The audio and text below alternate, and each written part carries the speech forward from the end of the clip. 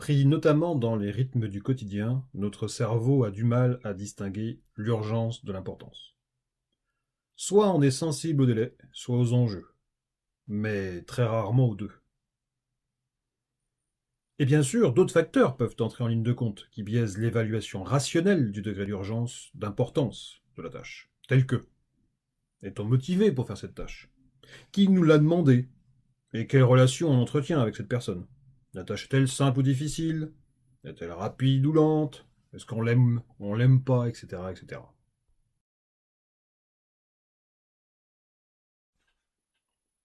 À quoi est liée la notion d'urgence? Au délai, bien sûr. D'ailleurs, la question qu'il faut se poser pour aider notre cerveau à bien évaluer l'urgence est la suivante. Si je le fais demain, trop tard? Oui ou non? Quant à l'importance, à quoi est liée l'importance? Tout simplement aux conséquences de l'action. D'ailleurs, la question à se poser, pareil, pour aider son cerveau à bien évaluer l'importance, c'est d'imaginer que vous ne fassiez pas du tout l'action. Si je ne fais pas du tout cette action, est-ce que les conséquences sont graves? Oui ou non? Il existe un outil de référence pour aider notre cerveau à évaluer l'urgence et l'importance. C'est la fameuse matrice d'Eisenhower. En fait, ça consiste à évaluer le niveau d'importance, plus ou moins, niveau d'urgence, plus ou moins, d'où 4 niveaux de priorité. Évidemment, priorité 1, c'est l'urgent et important. En priorité 2, eh bien évidemment l'urgent non important. Mais oui, demain c'est trop tard, donc priorité 2, c'est l'urgent non important.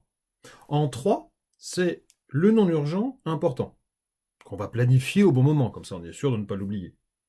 Quant au niveau 4, c'est le non urgent non important, qu'il va falloir apprendre à ne plus faire.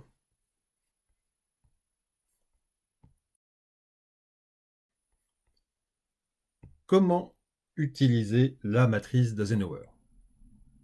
Donc c'est un tableau, la matrice d'Eisenhower. Dans ce tableau, vous allez tout d'abord lister toutes les tâches à gérer. Absolument toutes, aussi bien celles liées à votre vie perso que vie professionnelle. Ça a le mérite de vider la tête et déjà d'enlever de la pression. Ensuite, vous allez évaluer la durée de réalisation de chacune des tâches. Ça va permettre d'anticiper le temps nécessaire pour bien organiser votre journée. Vous allez ensuite évaluer l'ultime délai. C'est grâce à ça que vous allez pouvoir dire si urgent, pas urgent. Autrement dit, ça peut attendre demain ou pas, si vous gérez la journée. Enfin, vous allez évaluer les conséquences de la tâche. Dès que les conséquences vous semblent graves, on considérera donc que c'est important. Et puis, évidemment, en croisant l'urgence et l'importance, vous allez retrouver les fameux 4 niveaux de priorité. Concrètement, comment gérer les 4 niveaux de priorité? Les priorités 1, vous les planifiez très précisément dans l'agenda, avec un horaire de début, un horaire de fin, en choisissant des conditions pour ne pas être dérangé. Quant aux priorités 2, fonctionnez en to-do list. Vous les ferez au fur et à mesure des opportunités qui se présenteront dans la journée. Quitte à déléguer d'ailleurs, n'oubliez pas que c'est urgent, mais pas important. Donc si c'est fait moyennement, c'est pas grave. Ce qui compte, c'est que ce soit fait avant l'échéance. Le niveau 3, vous les planifiez évidemment en fonction des échéances, des tâches en question. Les priorités 4, nous l'avons déjà dit, insistons fortement, apprenez à les oublier. Si vous vous trompez, vous inquiétez pas, vous le saurez très vite.